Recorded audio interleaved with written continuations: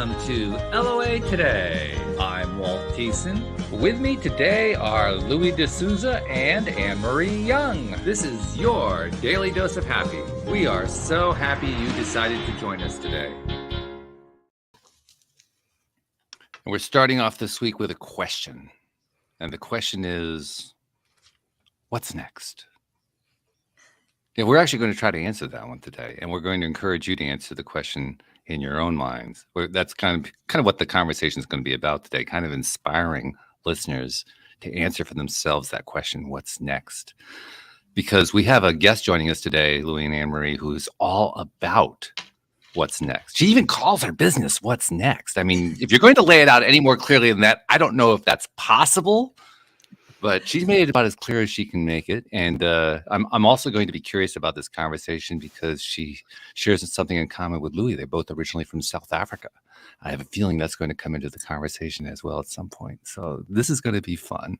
So first, let me just check in with my co-host, Anne-Marie. We were chatting before we got started here, and I was telling you a couple things going on, but I didn't get a chance to ask you. So how are you doing? I mean, you've been through some interesting stuff lately. Yeah, no, I'm doing very well, very well. Like I said, I think last time I've learned to play chess. Husband couldn't beat me yesterday. Result. Ooh, so yeah. Progress. I love it. Good progress. All right. But yeah, all is wonderful. Thank you, Louis. Walt, I'm sorry. You're welcome, Anne-Marie.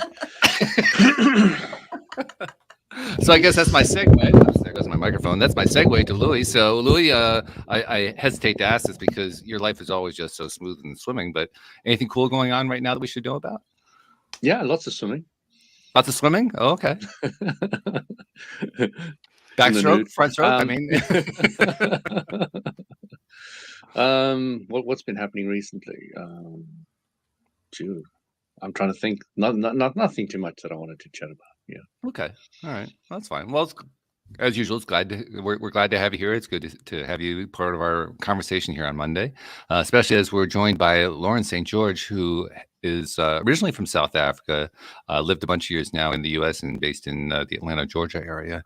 And Lauren, first of all, welcome to the program. Thank you for joining us. And second, give us like a little bit of a biography. Tell us about yourself.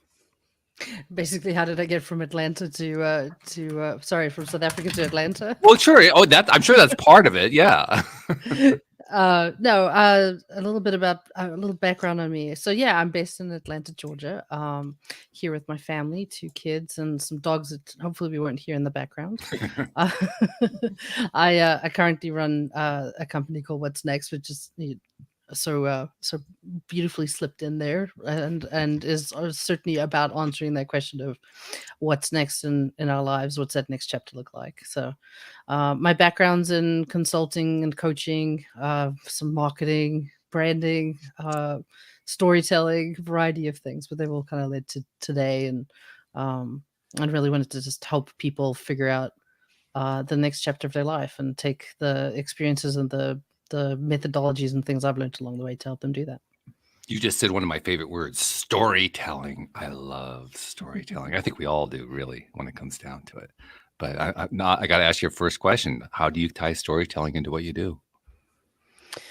I think it's by helping people remember what their story is. You know, I think along the way we pick up a lot of things from our families and our work and our lives just kind of packs on. And it's not to say any of that stuff is bad, but I think we forget about who we are along the way. So we got to figure out, who we are again, reacquaint ourselves with ourselves and figure out our story forward. So storytelling in order to remember ourselves. I think both. I think, the stories from the past that stand out to you, that stand out to people in your life that that know you. It's a fascinating exercise, actually, to ask people to recount moments where that stand out for them with regards to you and where you've made an impact on their lives. And what's really interesting is, how many of those moments in time do you yourself remember versus, what was significant for someone else? Yeah, that's true. Well, just the question itself, what's next?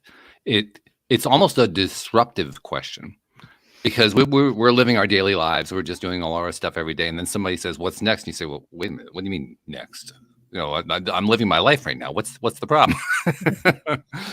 So when you ask the question, "What's next?" It's almost like somebody just kind of tapped you on the shoulder and said, "Okay, wake up. What's next?" I have to have an answer for that. Really? Wow. Where do I go with that? Well, I mean, I think for a lot of people that find me, they've already gone through that moment of asking the question, "What's next?" and then invariably coming up with an answer of, "I have no clue." Exactly. Yeah. They've already at least hit some pivotal moment in their life where they've encountered the question. Like Mm. there's a lot of people who are out there who are kind of happy with the patterns and the way they're living their life, or they're not happy but not asking the question. So at least people that come into my life have kind of hit that tipping point of I don't want it to be like it is right now, but I'm not quite sure what the next thing is. So what's next is actually a way of saying, I am aware of where I'm at. I don't really like where I'm at. I want to change that in some way. Absolutely, yeah. Because I think people don't come looking for me unless they already have asked that question. I guess that's true, right? Yeah. Mhm. You don't go looking for a coach unless you need some coaching for some reason. Exactly. So, well, when you formed What's Next as a company, you had a vision in mind. What was your vision? My vision was definitely to build something that has lasting impact for people. It was also to teach them skills. My background's in creativity, and a lot of people think of creativity as drawing or painting, but really it's the ability to solve problems and come up with new and novel ideas. So my desire is also to teach people how to be more creative. Okay. How's that worked out? I think it's working well. I mean, I certainly think that just by going through my program, people are learning tools that they can take on into their life. And then the things I'm sharing, right, doing podcasts and newsletters and the rest of it is to try and help people, learn some easy tools that can help them to solve problems in new ways. So give us a taste. I mean, they jump into your program and they're going, okay, we're here to create today. Let's let the creation begin. What do I do next? we ask a series of questions that get people thinking, but hopefully we ask them from different angles that use different parts of your brain. We do it in a way that hopefully is disruptive, because if you keep asking the same question, you're going to keep getting the same answer. So, we really seek to try and ask the questions that peel back the layers of the onion, the proverbial onion. So that annoying 4-year-old, that keeps going, why? I try to do it in a well, no, there's actually an activity where we do that, but I try to do it in a way that's at least more thought-provoking. But we use different parts of our brain. As you're saying that, I'm thinking about Louis, because Louis has often told us his story about how he went onto his journey and started as a spiritual journey and then a health journey and so forth. And it was always, why this? How does that work? What's that all about? What's that purpose all about? And I'm thinking, as you're describing What's Next, I'm thinking, did Louis write that program? I don't know. We can compare some notes. I mean, did you write that program, Louis? You tell me. I have no idea. I don't know. Something deep inside me said, ask. So who wrote that program? I don't know. Well, at least asking questions gets us into more of a growth mindset, right? If we don't ask the questions, we're not gonna push the boundaries. At least that's and my asking approach. good questions is also important. It is. Good questions are important. I've made a career at asking questions. Yeah, you're right. But hopefully you ask enough questions from enough different angles and you can help people, get unstuck. So what constitutes a good question? Well, Louis, what do you think makes a good question? Well, if the question is leading to something that is helping you expand, then it's a good question. But if it's helping you go down your vibrationally similar route, then it's not of particularly much value at all. Yeah, I think it needs to be thought-provoking. It needs to be open-ended. I don't think you want a yes/no question. It needs to be open. It needs to require some thinking and probably some vulnerability. Yeah, we often have students in the house who, people we've never met before, and I never ask them yes or no questions. How was your trip today? Was it good or bad? And you just don't ask that. You say, what did you love about London today? Or, and then things come out. But yeah, open-ended questions are brilliant to really get into what somebody's actually thinking or where they're coming from. Mhm. Yeah, and then asking things like, "Tell me more." Mm. Keep it going.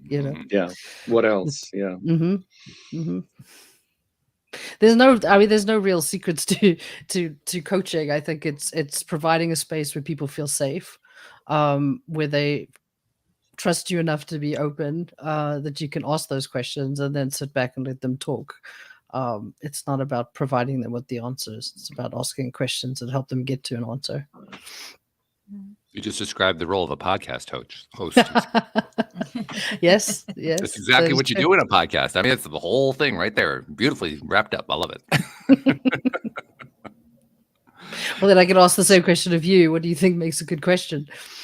It's the one that it makes you curious. Mm-hmm. I answered that question indirectly the other day. Somebody asked me, how do you come up with your questions when you're hosting? And I said, I am genuinely curious about the person I'm talking with. Because if you're genuinely curious, it almost doesn't matter what you're asking. What matters is it's something you really want to know. Mm-hmm. And when you really want to know, well, first of all, you don't tend to ask a yes or no question because you don't learn that much, like you guys were pointing out. But more than that, you ask a question that resonates with you. And when it resonates with you, then any answer that comes your way is going to say, oh, I hadn't thought of it that way. Or, oh, I like that. Or, oh, that doesn't really work for me. But it's going to, in some way, you're going to in some way react and respond to it internally. Whereas if you're just asking a question just because you're supposed to be asking the questions, the answer comes back and you're like, oh, okay, well, so what? Because it didn't resonate. Nothing actually connected inside. So another way of answering the same question is, yes, it's about the curiosity, but more it's about what resonates with you. Mm-hmm. If you can ask the question about that, that's how you end up with great conversations. And that's how you end up learning stuff too. Walt, one of my favorite questions is, do you really believe that? Yeah, that's a good one. You said that a few times. Just a few, occasionally, yeah. Just a few. Because when you get down to somebody's core, which is their belief, then you can really start helping them see things maybe in a different way. Because once the core changes, then a whole magnitude of things change. I do the same thing with values. Because I think they impact beliefs, they impact decision making. A value is a belief, yeah. Mm-hmm. And which are truly yours, and which have you picked up from your parents and from the world around you, and which ones are serving you moving forward, right? Because we have the ability to swap things out. If it's not working for you anymore, then what should it be? That's really the most interesting thing about values for me. People tend to think of values as being static, and they're not. They're very dynamic. They shift sometimes hourly, but they shift day by day or week by week. And some values we hang on to longer than others. Not everybody.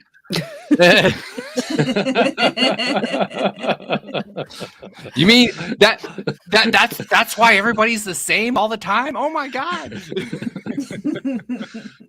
You're getting it.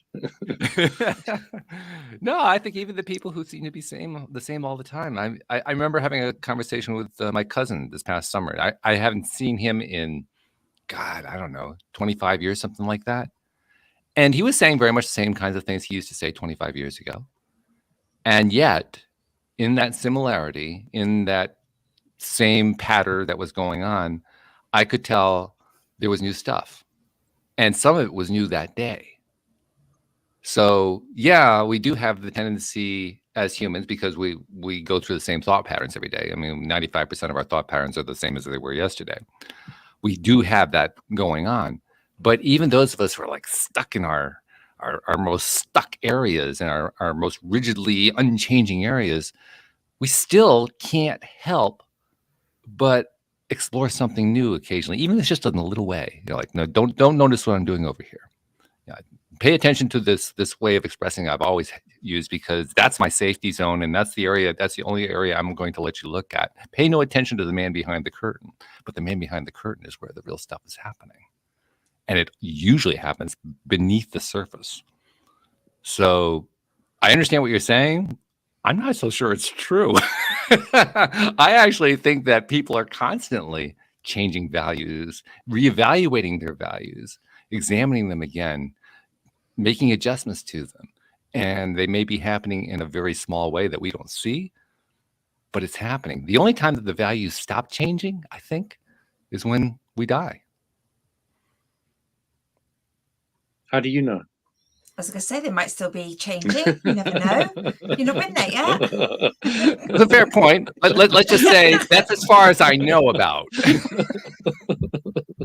But I love listening to other people's values and other people's things, because it just puts a different perspective on things. And it doesn't necessarily change mine, but I just find it so intriguing how we all have different thoughts and different values and different questions. Just fascinates me. If you didn't have any interest in even considering shifting a value, you wouldn't ask a question. The whole purpose of asking the question is to ask yourself, does this play any differently for me? Otherwise, why would you bother? I have to wonder though, outside of the people in this conversation, how often that actually does happen for people, that they change, that they sort of, look at their values and reassess. Oh, probably not consciously. Hmm. 99.999% of all value evaluation. Yeah, okay, that's a little bit redundant, but value evaluation happens without really thinking about it. I think a lot of people's values are also fed to them. Fed to them through media, fed to them through news. Which is why when somebody's thought about their own values and it's clear about them, it's very easy for them to have a conversation, but not necessary for the other person. True. And I'm not saying it's easy for somebody to make a change in their life because of a change in valuation. I'm just saying that the change in valuation is what makes them uncomfortable. I mean, no matter what situation they're in where there's something they don't like going on, they may keep hammering that I don't like this, I don't like this, I don't like this button over and over again. But every time they're doing it, it's because they found one more way that they really don't like that. And that's a change in valuation. It may not be for the better, but it's a change in valuation. I have to say though, I do just love the why question. The why. That's what I use. If I'm journaling and stuff, I use that all the time. Well, why? Why do I feel like why? I love that. For me, it just really just digs down. And it's so simple. Yeah. Maybe there's a better question, Anne-Marie. Why not? Well, why? Why not? Why not? Why?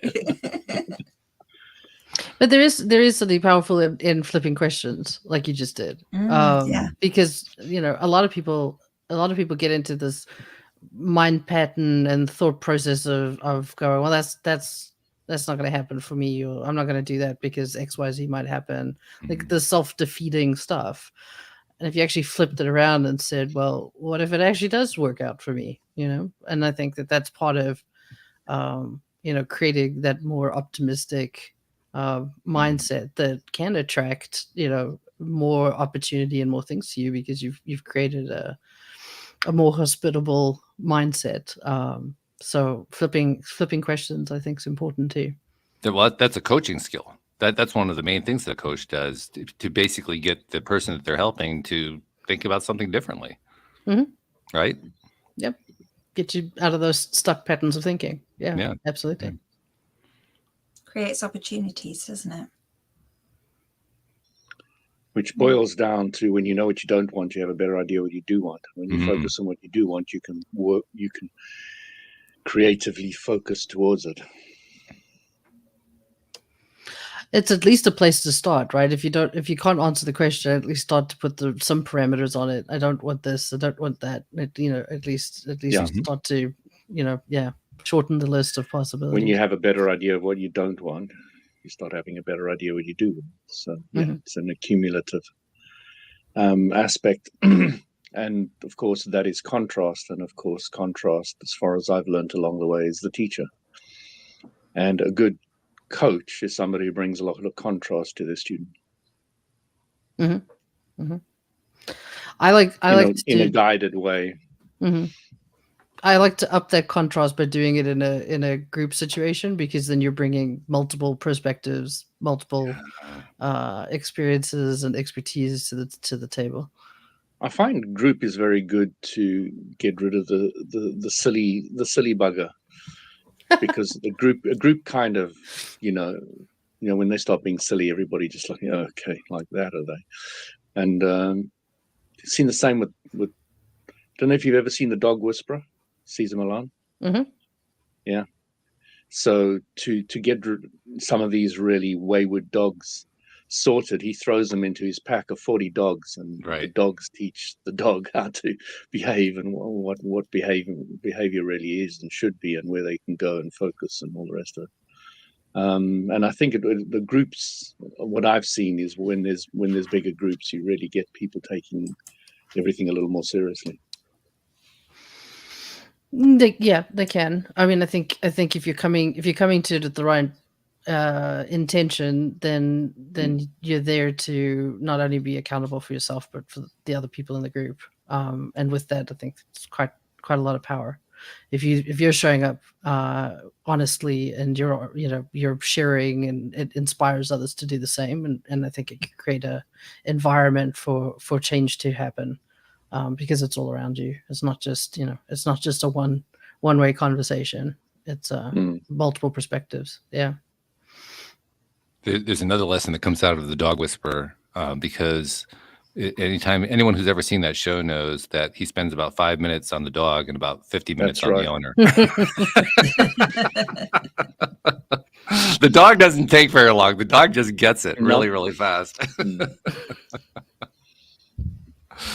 Yeah, it's more about helping the dog's owner to let go of stuff and shift patterns and look at the contrast and get a new perspective and all that kind of thing. And then hear the owner describe, wow, I had never thought of it that way. So Lauren, what age did you leave South Africa?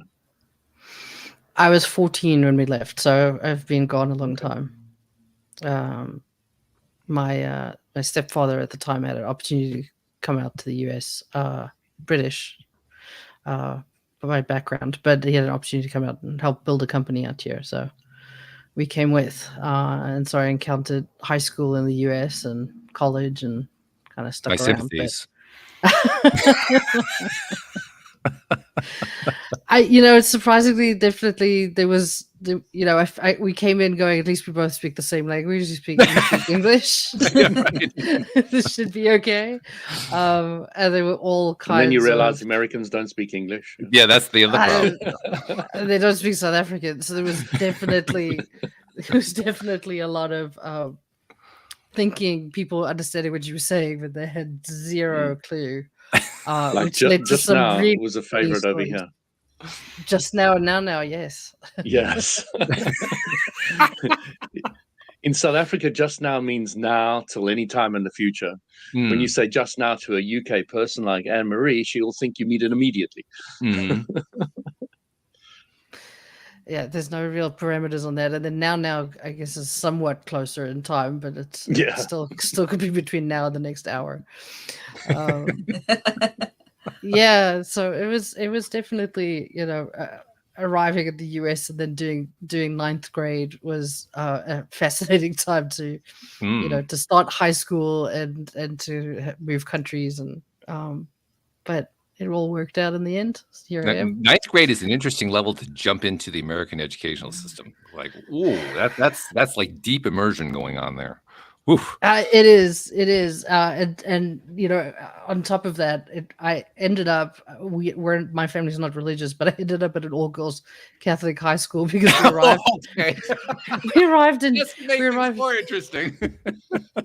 We arrived in Denver. Father, for I've sinned. Right? We arrived in Denver about 3 weeks before school started, and I ended up doing a entrance exam at one of the private schools, and South Africa runs their school year, January to December, whereas the US doesn't.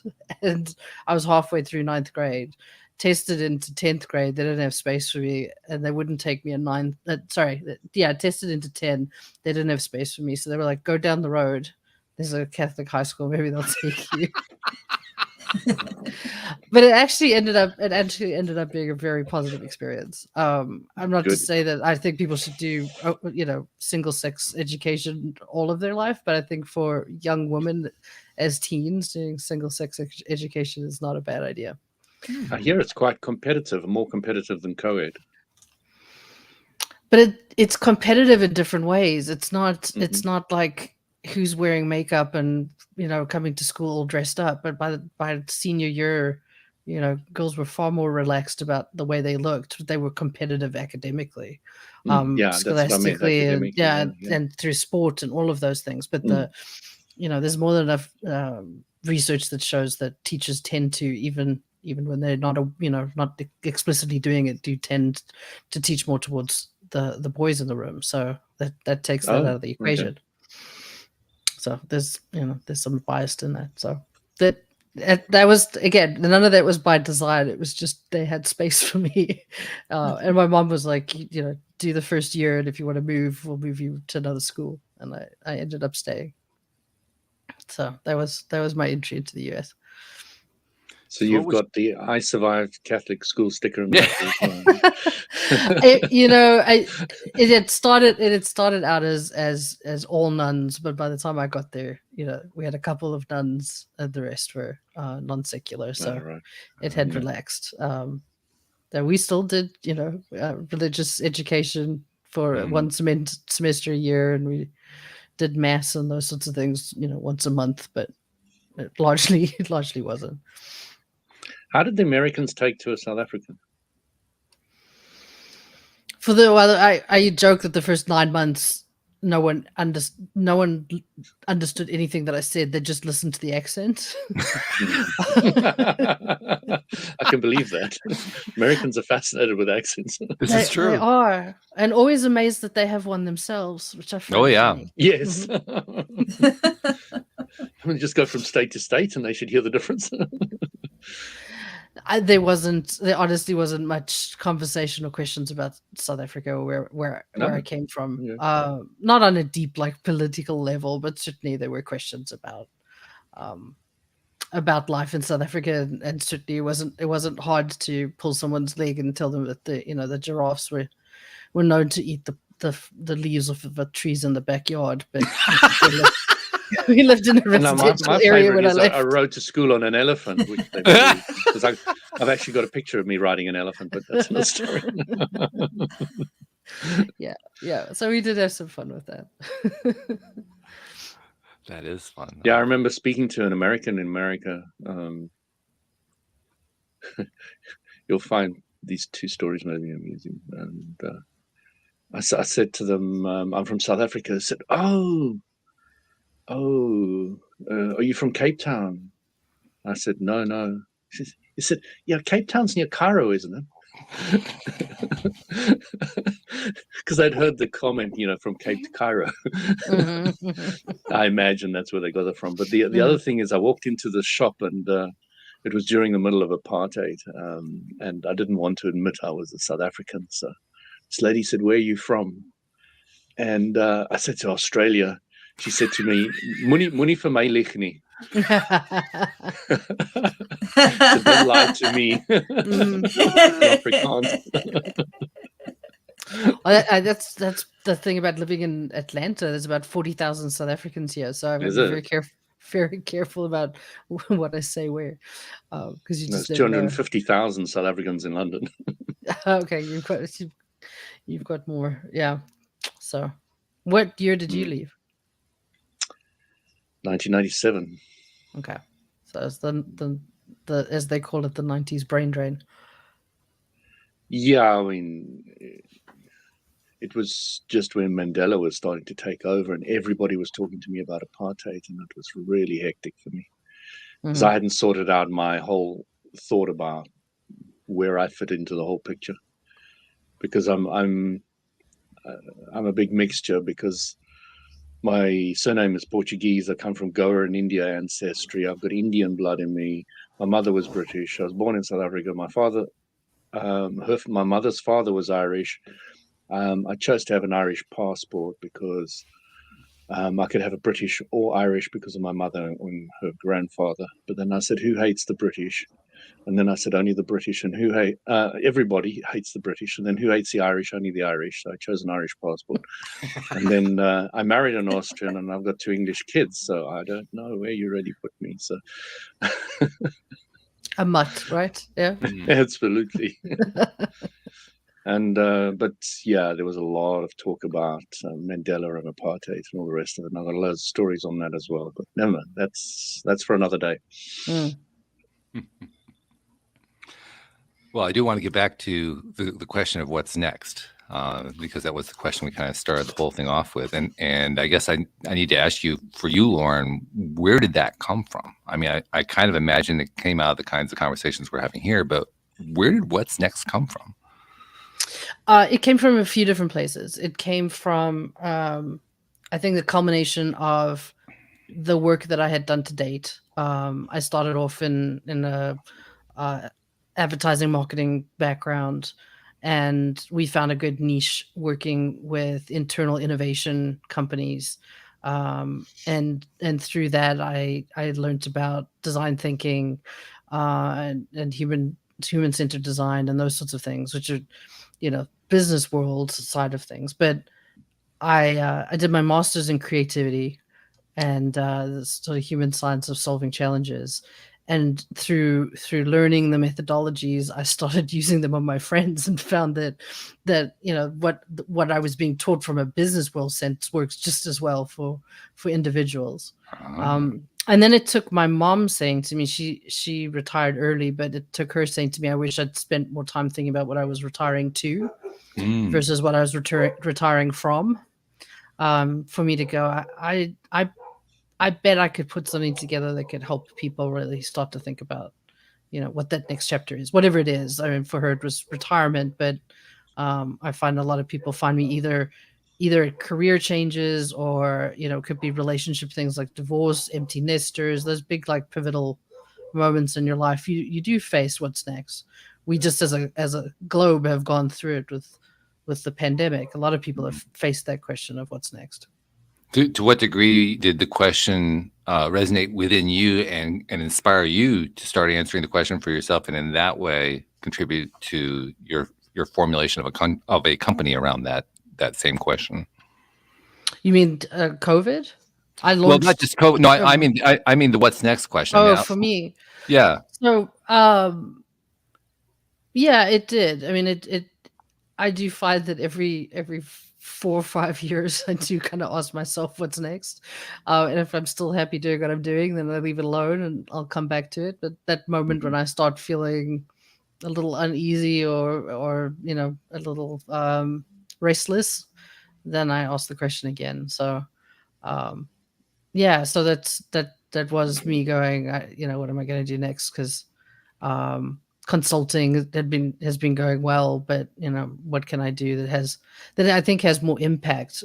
From a business standpoint, I've enjoyed consulting, but it can take years before you see any of your work make it onto a shelf or see the change actually happen. Whereas when you work with individuals, and at least what I found in the program that I've designed, I see change happening a lot quicker, and it's rewarding for me. It's rewarding for them, and so that fuels me in this next chapter of my life. Is that because the individuals are ready for what's next, and that they're particularly primed for it, or what's driving that quick change, do you think? Well, there's typically not a board of directors and the size of some of the companies that I've worked with. It's like trying to turn the Titanic. Change takes a lot longer because there's a lot more people involved in making those decisions. So when it's your own life, certainly you're connected to people and you've got loved ones and spouses and children and whatnot. But making change can be a little easier. So I think that speeds up the process for people. And yeah, they're finding me at a time when they've already started to ask that question. So they're primed to at least go down the road of trying to figure out what it is. Even if it's not the right first thing, right? It's about just getting getting something moving, getting into motion, getting taking that first step. Because a lot of people not taking that step is fear, and so we work just as much on mindset as we do on what the actual plan itself is that people are going to do next. Do you find that people are stuck predominantly on X? Is there an X that people are stuck on more than anything else, or does it vary dramatically from one person to the next? I think fear of failure is a huge deterrent for people making change within their life, and a fear of change. We're built to like patterns and comfort, and so shifting that or breaking patterns to break out of the comfort zone and get yourself towards the growth zone is not easy, and it takes courage, and it takes fortitude and compassion for yourself and all of those things. And sometimes it's just easier to sit on the couch and binge watch something on Netflix. Right? Change is difficult. It's rewarding, but it's difficult. So that's, it's fear. I think mindset is the number one thing that's holding people back, and we can always make a plan and we can figure out how to get you there step by step, but there's definitely the internal work that kind of has to be done as well. And I'm not a therapist. We're certainly very much about action and getting people to a place of action, but the group situation works well for being able to talk through some of that, because you'll realize you're not alone in how you're feeling. Fear is common, but how do you work through it and do it anyway?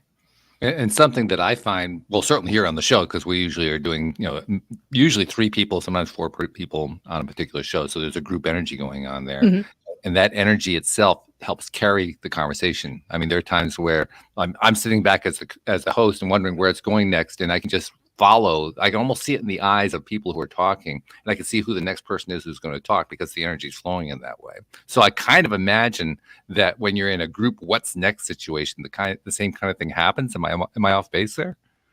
No, you're right. I mean, I think in someone sharing, it opens up, the possibility of someone else to want to share, and ideas bounce off of ideas. People build upon things. So absolutely, it is. I mean, it's a group conversation. The more that you're willing to share and bring to the conversation, the more rewarding it is for you and for everyone else. Yeah, because when everybody else is bringing it out, it almost feels safer. You talked about that safety zone. So it's almost like it expands the safety zone to a wider area where you can feel like you can explore what's next. You can explore the things that you weren't really willing to explore on your own.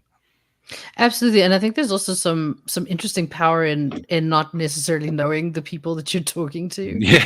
There's a bit of freedom. Like if you come in with, I need to make change, or I need to go down this road well enough, and I'm ready to do that, then I find that people will share things even on the very first call that we have, that are surprising, that is very sort of open and out there and vulnerable. But there is something about, well, I might never see these people again. We do it remotely, so we're on Zoom. We're spread out geographically, so the likelihood that person's going to run into you in the shopping center is virtually nil. So yeah, there's something about connecting with other humans, but also feeling like it's safe enough that you can share. Well, plus you don't have a history with that person. I think that actually holds us back more than anything else, because when we have a history with somebody, we're thinking, okay, so what do I have to do to accommodate this other person? Because I know they've got this tendency over here, so I got to make sure I don't step on the wrong toes. You don't do that kind of thing when you don't know the people.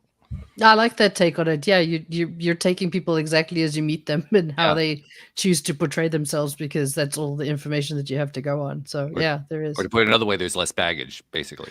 There's less baggage. Yeah.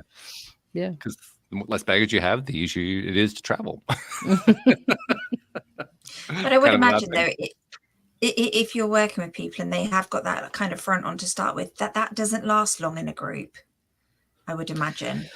No, and I do talk with everyone before they join a cohort. So I am looking to make sure that people are at least compatible, or they're at a similar starting place.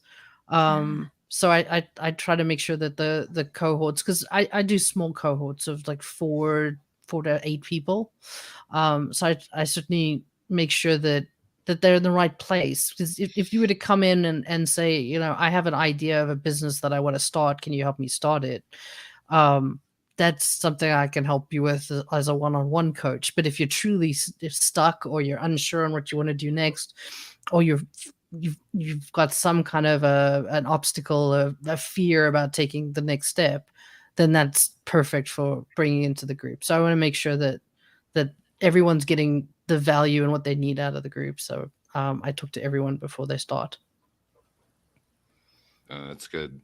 Mm-hmm. I know that one of the things that I value most about doing the podcast is all the different perspectives that I've gotten over the years, talking to so many different people. And I'm kind of wondering, somebody goes into a group like that, and they probably aren't used to group work. I mean, most people aren't. It's not. I mean, other than perhaps at a job or something like that. Mm-hmm. But for the most part, people aren't really used to diving into things in a group setting like that. So they may not be used to the idea of getting perspectives that are uncomfortable to them. And yet I found that's where the greatest growth has happened in my own case. And I think also true for my co-hosts and my guests as well. So I'm kind of wondering when you're bringing somebody in, I mean, you already talked about how you're trying to think, okay, how well do they fit in with the group that I have here? Is it going to be compatible and all that kind of thing? But are you also asking yourself what perspectives they're bringing in? I try to keep it open. I mean, I'm not looking for, people come in from various different industries, different backgrounds. I think a mix of that is great. We do set some ground rules at the beginning, that everyone agrees to and are welcome to add additional ground rules. But typically we try and keep politics and religion and those topics out of the conversation. It's truly, we are here to focus on what's next for you and kind of breaking through whatever barriers people have. So I welcome different perspectives and try to create an environment where everyone feels welcome to share and to build upon ideas. And we talk very early on about, trying to quiet that naysayer, that voice that's going to come up within yourself, or you could do it to other people. And there's no faster way to shut off a conversation by saying no to someone or shutting down an idea that they have. So it's really up to me to create the right environment where people can explore and come out on the other end with something that's tangible and meaningful for their lives. Yeah, you would need to, because I mean, you're right. There's a human tendency that's kind of built in to block. Oh no, I don't like that. I'm not going there. And your job as the facilitator is to say, well, let's go there just a little bit. Yeah, and I mean, everything I do has some science behind it. So, and it has been tested. And so anytime someone asks why we're doing something, I can answer that. But our brains, that sort of side of us that likes to keep comfortable and keep in, patterns and not break the status quo too much. It's the side that's connected to your fight or flight. And so while we're not necessarily being chased by woolly mammoths anymore, our brain is looking for ways to keep us safe. And so when it sees anything that's threatening, it's going to either do fight or flight. And, in those situations, anyone, having a differing opinion or coming at you with a new idea, if it seems unsafe, then you're going to shoot it down. Like, no, I can't possibly think about that or go down that road mentally, because it just doesn't feel comfortable. So again, I try as much to explain these things as we go, so that there's an understanding to the method to the madness, because I do believe in serious play. So to me it's about, while it is, people are being as vulnerable as they choose to be, and there's no rules about that, but I try to create a fun experience where people want to join in, where they want to share, where they're enjoying the time that they have together. And there's a fine line there. I mean, I love that you try to do that. And the fine line is that on the one hand, you do want them to kind of get out of the comfort zone a little bit. But on the other hand, you want them to feel that in that getting out of the comfort zone, they're still going to be safe. It's still going to be okay. That's a fine line. It is a fine line. So, we push it a little bit more each week, but right. Not from the first day. Yeah, like it's more like an elastic band. You just stretch it a little bit. Yeah, something we know a little bit about here. We stretch elastic bands, we break them, we replace them with larger ones. Yeah. I'm also curious too, when you're asking the question, "What's next?" What's your most common reaction? Because I imagine people coming into the group, they already know it's a what's next, so they kind of anticipate that. And I guess there's a piece of me that says, well, what if I was facing that for the first time? You really can't answer that one, but you can answer the question of they know that they're going to be asked the question, "What's next?" But now all of a sudden they're faced with it. How does that tend to play out? Well, so people will join a cohort, and we have 6 weeks that we spend together, and each week has a goal, and really trying to get people from a place of being stuck to leaving with a tangible plan, that they can go and use within their life. Some people will start before the program is even done, but I'm not specifically asking the question, "What's next?"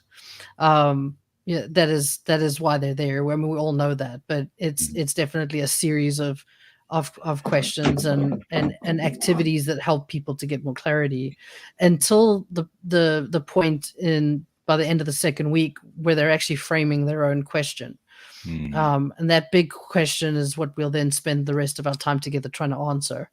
And so that's a fascinating process, because people will come in thinking that there's a particular area of their life that they really want to look at next, or that they think where the change needs to happen. And over the first 2 weeks and what we talk about and go through, for some people that shifts. For some people, they finally go, okay, I'm gonna think bigger, or I'm gonna take that leap into an area that I thought I wasn't going to. They may come in thinking, okay, I'm thinking about changing careers.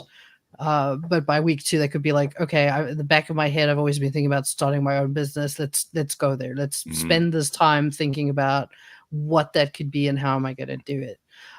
So, I always, ask people to kind of suspend disbelief and come in with a pretty blank slate and let the process take them to wherever it takes them. Because sometimes, like this conversation today, you start off in one place and you don't quite know where you're going to end up, but you're there for the journey, and hopefully you learn some things along the way. Yeah, that's the power of the group conversation, because with the group conversation, you never know where the energy is going to go. The one thing that you do know is that the energy is going to take you where you most need to go. It's just not the way you had thought it was going to go. Lauren, is this all done online? It is. Yes, it is. It's all remote. So we do 2 calls a week. The sort of a Monday, Thursday kind of thing. It's an opportunity on Mondays to set the intention for the week. What are we trying to get to? What's the goal? What are the activities that we're going to do together? What are the activities that they're going to do on their own? Because there's some homework. It's an intensive 6 weeks, but hopefully we make some good change over that 6 weeks.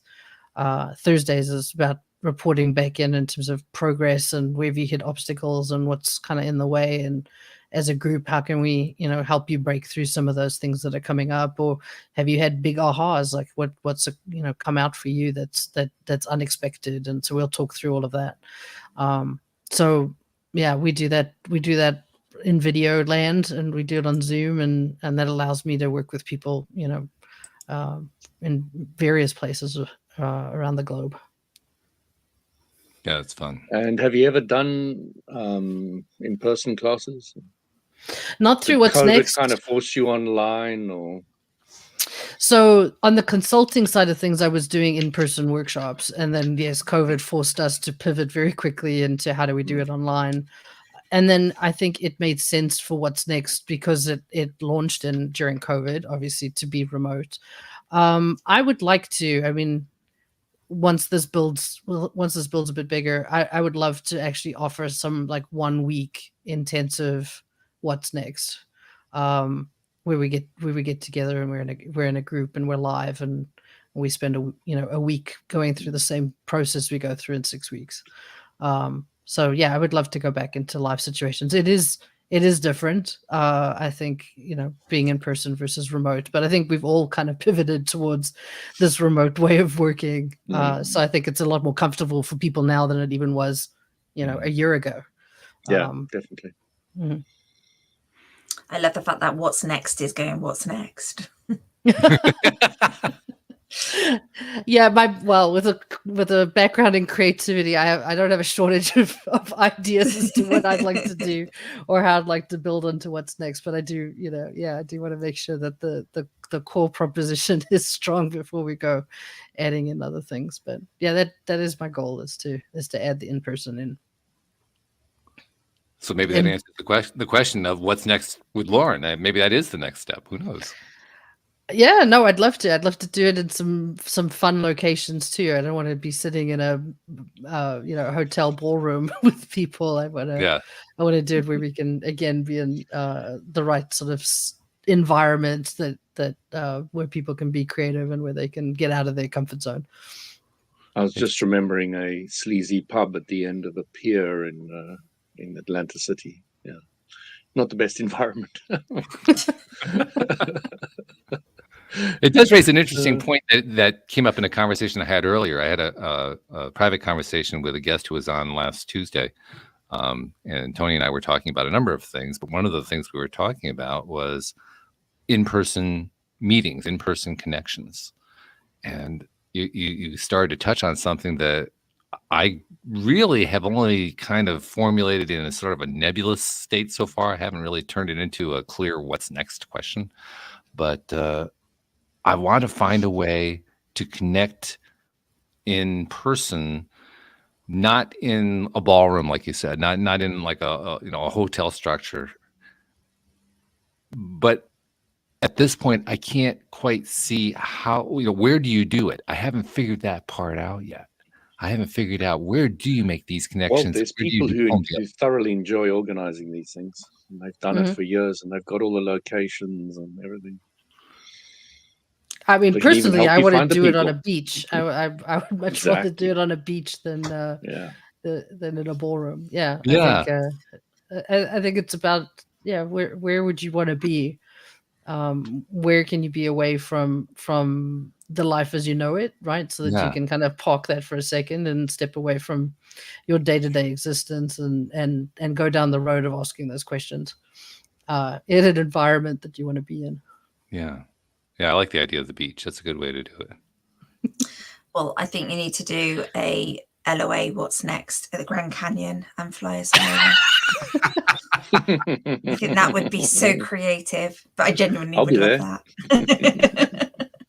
Bring your overcoats. It's a lot colder than you think it is. It can be. I was there in July many years ago. It actually was snowing on the side. It's cold. Yeah. Really? Yeah, it's really, it is. It's very cold. Yeah, surprisingly cold because you're at quite an elevation. That's why. Yeah. But it catches you by surprise, especially if you're driving up to the summit, to the not the summit, but to the edge, so to speak. Especially if you're going on the south edge,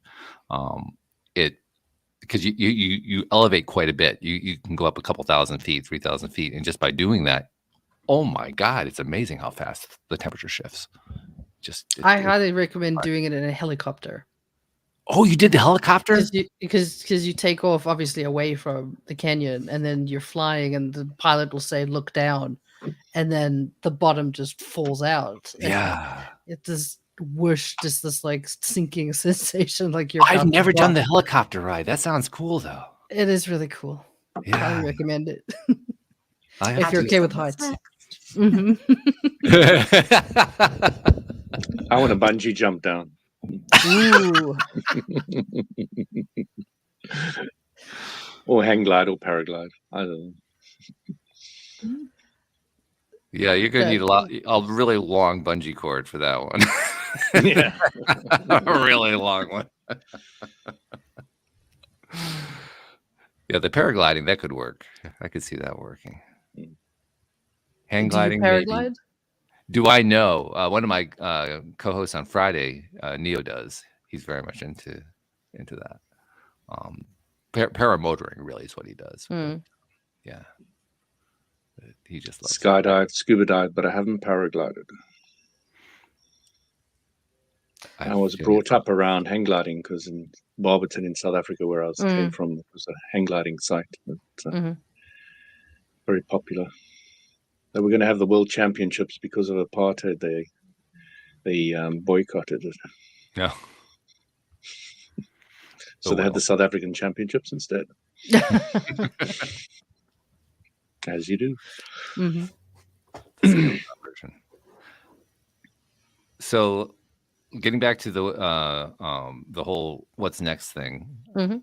I kind of have to tie it into a like a nice little bow here because we're running out of hour here. But I imagine that there could be people who are interested in pursuing their own what's next, and if they wanted to do that through your program, how does that get started for them? Like, how do they reach out? Where do they find it? What do they do? The easiest way to find me is through my website, which is answerwhatsnext.com. Hopefully, equally memorable. Through there, you can actually schedule an appointment to talk with me. There's a schedule a call. You can sign up for my newsletter if you want to have some weekly inspiration. And there's a far more information on there about the program itself if anyone wants to dig deeper. But that's the best way to find me at answerwhatsnext.com. Answerwhatsnext.com. All right. We'll make sure we'll include that in the show notes Thank for you. anyone who might be interested. Yeah, absolutely. That's part of the gig. You come onto the program, you share your energy, you share your stuff. Hey, we got to give you a link back. I mean, that's the very least we can do. If I can't give you a link, what the hell? No, this has been great. One other thing I wanted to tell you, and I try to make this a practice with all my guests here on the program. You're in a giving trade, as so many people are, and there are many ways that you give. You give through your podcasts that you do. You give through your program, through your What's Next program. We didn't really get into too much of the other stuff that you've done, although I get the feeling there's quite a few of them that you've been doing over the years. And in the course of doing all of those, there are many people that you've touched indirectly, maybe people you've never met, you've never seen, never will see, never will meet, and you help them and help them in ways that you don't even know about. I have come to realize that that's sort of an underserved gratitude / appreciation area. So I like to offer some gratitude in that area, and by saying thank you for what you've been doing to reach out to people you've never met, you've never seen, and help them in ways that you don't even know about, because that's an important contribution. So on their behalf, thank you for what you've been doing. Yeah, thank you. I appreciate that. Yeah, I think it's an important thing to recognize. Anne-Marie, as so often happens, you just kind of get into a place where you're just listening and enjoying and so forth. So I'm going to kind of ask you to wrap it up here. If you take this wide-ranging conversation that we had, what's the biggest takeaway that you've gotten out of it? I love how thought-provoking just what next is, because it offers an alternative, as you said earlier. And I think it's a great question. So for me, it's literally what's next? What's next for me? Let me think. Did it get anything going?